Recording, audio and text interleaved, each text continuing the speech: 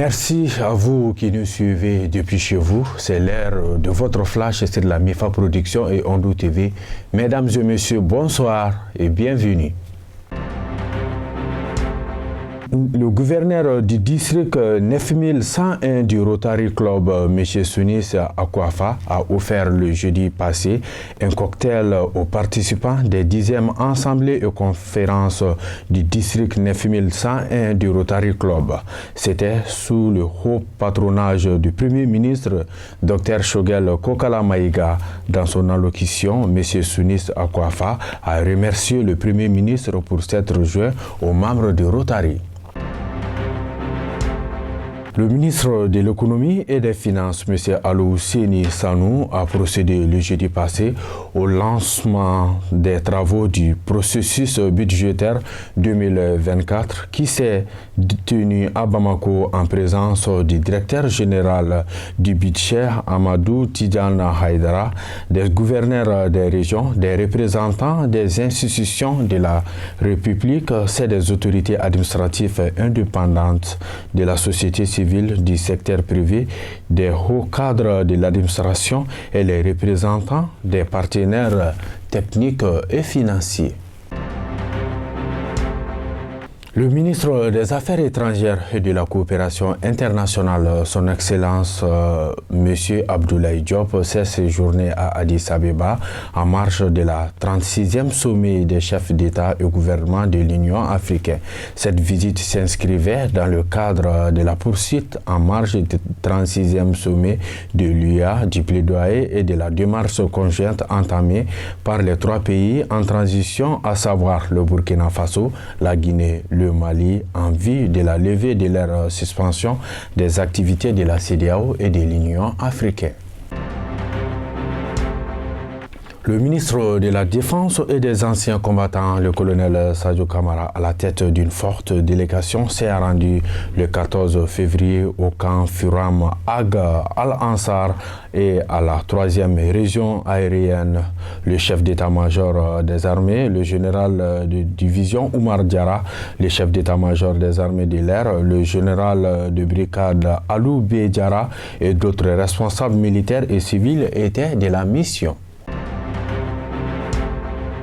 Bourem, une pirogue a chaviré le mardi passé à Gourmina, à 40 km de Bourem.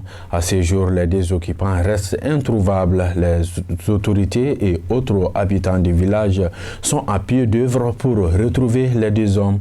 Des sources locales indiquent qu'ils quittaient la rive gauche pour le Gourma. Une rencontre sur l'élimination des conditions propices à la radicalisation et l'extrémisme violent a été organisée par le ministère des Affaires religieuses, du culte et des coutumes. C'était le mercredi dernier à Ségou. L'objectif était d'impliquer les leaders religieux coutumiers dans l'élaboration et diffusion des messages pour lutter contre les discours en lien avec l'extrémisme violent et le terrorisme. Madame la ministre de la Promotion de la Femme, de l'Enfant et de la Famille a présidé le jeudi passé à la 2e session des dialogues entre son département et le groupe de dialogue pour l'autonomisation des femmes. La rencontre a eu lieu dans la salle de conférence du ministère de la Promotion de la Femme, de l'Enfant et de la Famille.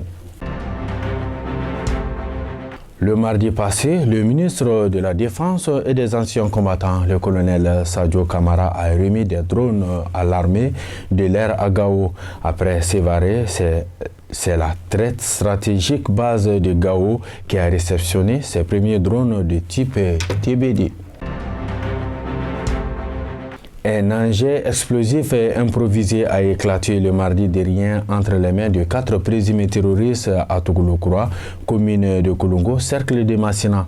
Les témoins ont rapporté que les 4 hommes non identifiés ont tous perdu la vie. Les mêmes sources ont précisé qu'ils voulaient poser la mine près des jardins maraîchers des femmes quand l'engin a explosé.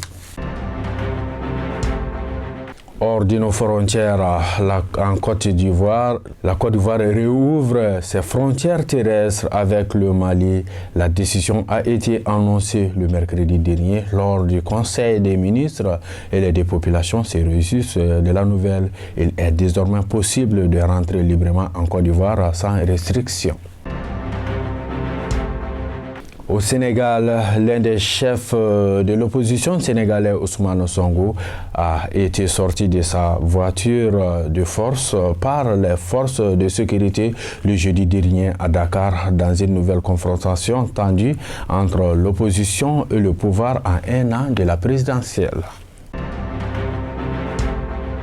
Le Conseil de paix et de sécurité de l'Union africaine se sont réunis pour décider d'une éventuelle levée de la suspension du Mali, du Burkina Faso et de la Guinée, a déclaré le vendredi dernier à l'AFP le président de la Commission de l'Union africaine.